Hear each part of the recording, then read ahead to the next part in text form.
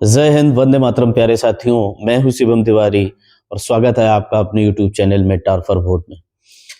साथियों, जैसा कि आपको पता है, फिजिक्स वाइवा से रिलेटेड वीडियो लगातार आपको इस चैनल पे देखने के मिल रहे हैं। इससे पूर्व आपने अल्फा कणों के प्रकीर्णन, व्हीटस्टोन सेतु, ट्रांसफार्मर, इन चीजों को देखा। आज हम सब आपके बीच लेके आए हैं पूर्ण तरंग दृष्टिकारी और हाफ तरंग दृष्टिकारी, यानी कि half wave rectifier and full wave rectifier. इससे रिलेटेड जो भी प्रश्न बन सकते हैं वो संभावित प्रश्न आपके पीछे हमने लिख दिए हैं।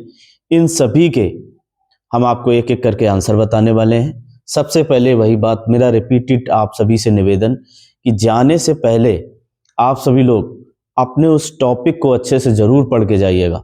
बाकी जो एग्जामिनर आपसे प्रश्न पूछने वाला है, मैं आपको गारंटी देता हूं कि इन लिखे हुए प्रश्नों से बाहर आपसे वो नहीं पूछ पाएगा।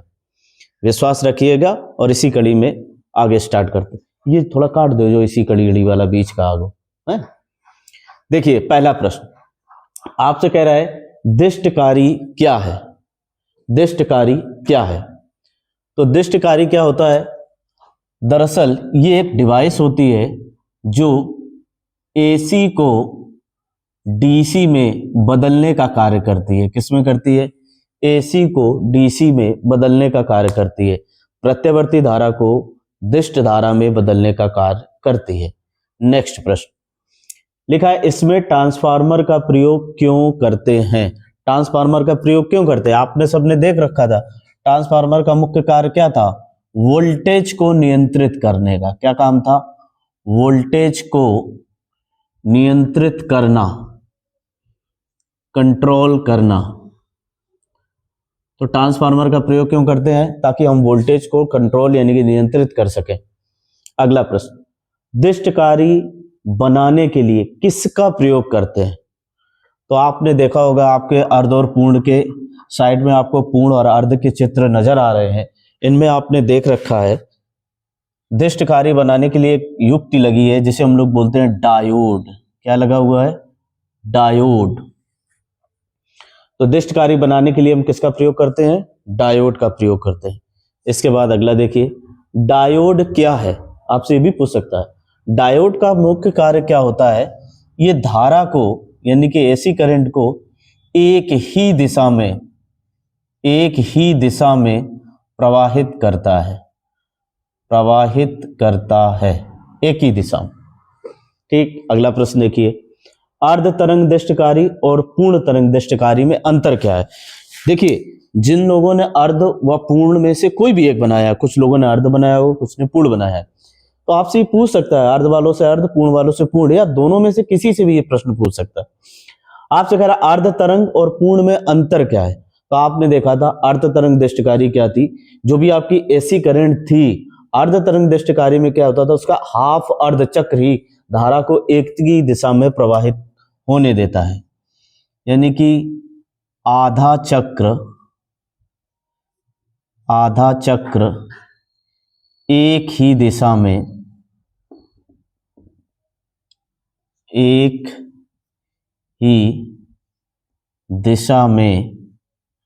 प्रवाहित होता है। जबकि पूर्ण तरंग दृष्टिकारी में क्या है? दोनों चक्र, पॉजिटिव भी नेगेटिव भी, दोनों को एक ही दिशा में प्रवाहित करता है। दोनों चक्रों को एक ही दिशा में प्रवाहित करता है। आपने देख रखा होगा, थोड़ा सा चित्र बताएंगे आपको। इस प्रकार से आपकी एसी का फ्लक्चुएशन करंट का होता है। आपको होता है पॉजिटिव नेगेटिव पॉजिटिव, फिर इस प्रकार से नेगेटिव। तो अर्ध तरंग क्या होता है? ये नीचे वाले पार्ट को कैंसिल आउट कर देता है, यानी कि धारा का सिर्फ आधा चक्र पॉजिटिव पॉजिटिव इस दिशा, इन्हीं को एक ही दिशा में प्रवाहित करता है। जबकि पूर्ण तरंग दृष्टिकारी क्या होता है? इन दोनों को नेगेटिव की पॉजिटिव में कन्वर्ट करके कुछ इस प्रकार से प्रवाहित कर देता है एक ही दिशा में। तो ये फर्क है अर्ध और पूर्ण तरंग दृष्टिकारी के। अगला देखिए, आपसे कह रहा है अर्ध तरंग दृष्टिकारी और पूर्ण तरंग दृष्टिकारी में किसकी क्षमता ज्यादा होती है और किसकी कम होती है? देखिए, आप सभी को पता है अर्ध में आधा कर रहा है, आपको समझ में आ रहा है ऊपर वाला, जबकि पूर्ण में क्या है? दोनों आधा ऊपर का और नीचे का दोनों, यानी कि दोनों चक्रों को एक ही दिशा में प्रवाहित करता है। तो आपको जाहिर सी बात है, जो दोनों चक्रों को पूर्ण को कर रहा है उसमें क्षमता क्या होगी, ज्यादा। तो आप कह सकते हो पूर्ण तरंग दृष्टकारी की क्षमता ज्यादा होगी, जबकि अर्ध तरंग दृष्टकारी की क्षमता कैसी होगी, कम। इसकी कम और इसकी ज्यादा। अगला प्रश्न देखिए, एसी व डीसी में कौन अधिक खतरनाक है। आप सभी जानते हैं आपके घरों में कौन सी करंट यूज होती है, एसी। तो इसमें एसी करंट सबसे ज्यादा खतरनाक है, जबकि डीसी खतरनाक नहीं है। कौन खतरनाक है, एसी। उसका कारण है क्योंकि इसकी जो आवृत्ति होती है वो चेंज होती रहती है, यानी कि स्थिर नहीं होती, चेंज होती रहती है। आप देख पा रहे हैं एसी करंट कुछ इस प्रकार से चलती है, तो फ्लक्चुएट होती है, ऊपर नीचे, इसलिए ज्यादा खतरनाक होती है। जबकि डीसी की फ्रीक्वेंसी क्या होती है, स्थिर होती है, जिसे हम लोग कह देते हैं शून्य होती है। कितनी होती है, शून्य। यही कारण है कि एसी आपकी ज्यादा खतरनाक है, किसकी अपेक्षा, डीसी की अपेक्षा। अगला प्रश्न देखते हैं, दृष्टकारी के लिए किस ट्रांसफार्मर का प्रयोग करते हैं। आप सभी जानते हैं, इससे पहले ट्रांसफार्मर का वीडियो देख रखा आप सभी ने। अपचाई ट्रांसफार्मर, किसका, अपचाई ट्रांसफार्मर। अपचाई ट्रांसफार्मर का कार्य क्या होता है, हाई वोल्टेज को लो वोल्टेज में बदलना। क्योंकि दृष्टकारी क्या है, हमारे घरों तक जो करंट आ रही है हम उसकी बात करें, और घरों तक आने के लिए करंट के लिए हम लोग किसका यूज करते हैं, अपचाई का। हाई वोल्टेज को लो वोल्टेज में कन्वर्ट करके हमारे घरों तक पहुंचती। इसके बाद एसी व डीसी का इस्तेमाल कहां किया जाता है। तो देखिए आप सभी को पता है, आपके घरों में जो भी इक्विपमेंट लगे हैं, जैसे TV, fridge, AC, washing machine, इन सभी डिवाइसों में आपका एसी करंट का यूज होता है। जबकि डीसी करंट क्या होती है, डायरेक्ट करंट। कहां कहां यूज होती है, बैटरी में, चाहे वो आपकी इन्वर्टर की बैटरी हो, चाहे आपकी क्या हो, मोबाइल सेलफोन आप सभी लिए होंगे, मोबाइल की बैटरी। साथ ही साथ कहां, आप सभी ने देखा होगा टीवी का रिमोट, इन सभी में क्या होता है, डायरेक्ट करंट यानी कि डीसी का इस्तेमाल किया जाता है।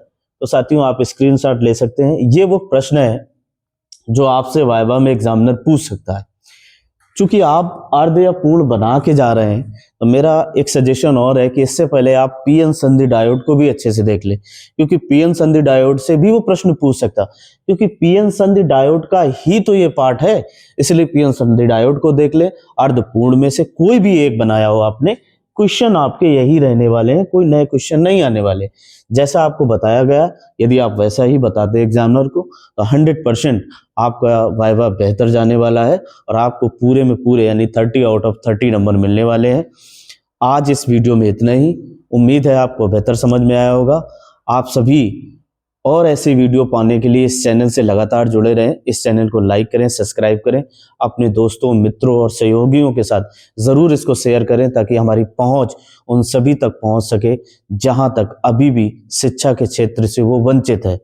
हम अच्छे क्वालिटी कंटेंट योग अच्छे वीडियो बनाकर उन सभी को इस नए रास्ते पर ले जाने का कार्य कर रहे हैं। आप सभी हमारा इसमें सहयोग करिएगा।